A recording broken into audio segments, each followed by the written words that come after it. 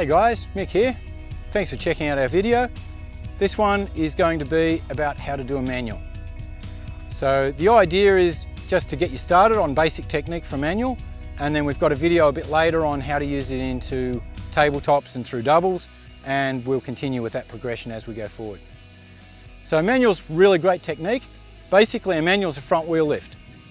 The way we were teaching the front wheel lift previously in our other videos was that forward jump one, and the idea is it keeps you in that centered stable position. A manual is actually a lot less stable, so it's a much more advanced technique, and it's basically doing the same thing but by throwing your weight backwards. So it's going to take a little bit of range of movement over the bike, so you want to go through all your original body position stuff, front wheel lifts, and make sure you're comfortable moving backwards and forwards on the bike. So what we're going to do, we're going to break it down into a couple of steps. And basically what we're looking at doing is moving our weight backwards. So a fundamental manual looks kind of like this.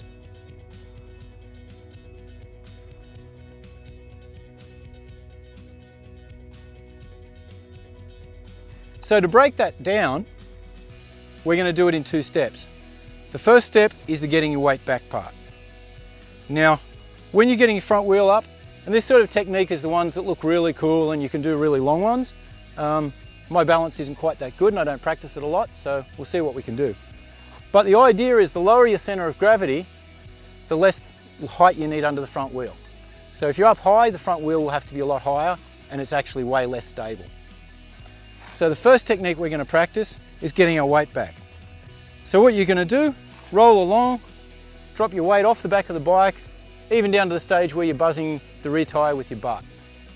So I'll give you a little bit of a demo.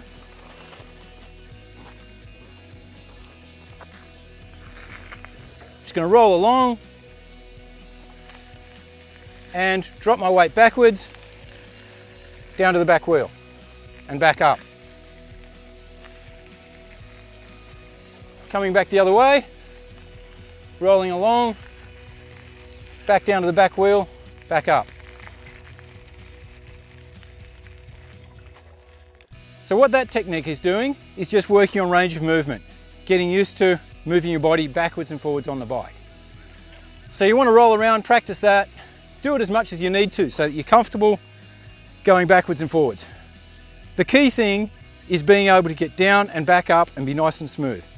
Because when you're doing a manual, you want to be able to once again put it down. When you put it down, you don't want to just let it fall. You want to get your body weight back up over the top of it and push it back down again. Cool. So the next part of the manual is kicking forward with your feet. So what we're kind of doing is where, if you think of it as an L shape, so that's your body and your legs are down here, you're kind of kicking forward with your feet. So you can drop your heels a little bit and shove your feet forward. So what it looks like is cruising along, and all we're doing is kicking forward. Come back the other way, a little bit more room. So we're rolling through, drop your heels, kick your feet forward.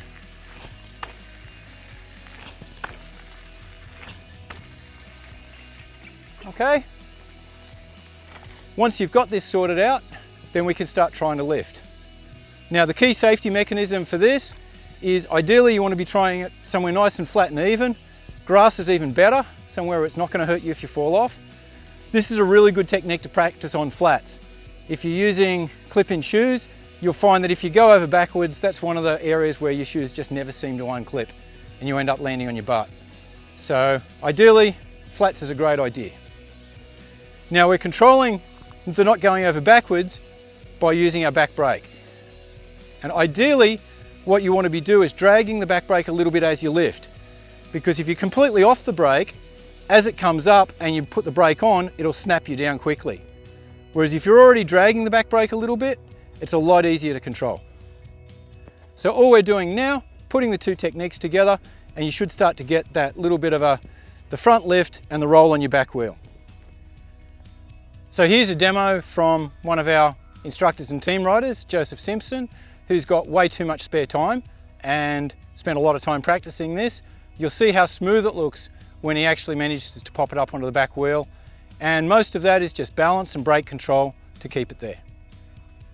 So yeah, hopefully you'll see from that demo where you can put that together, you can lift the front wheel.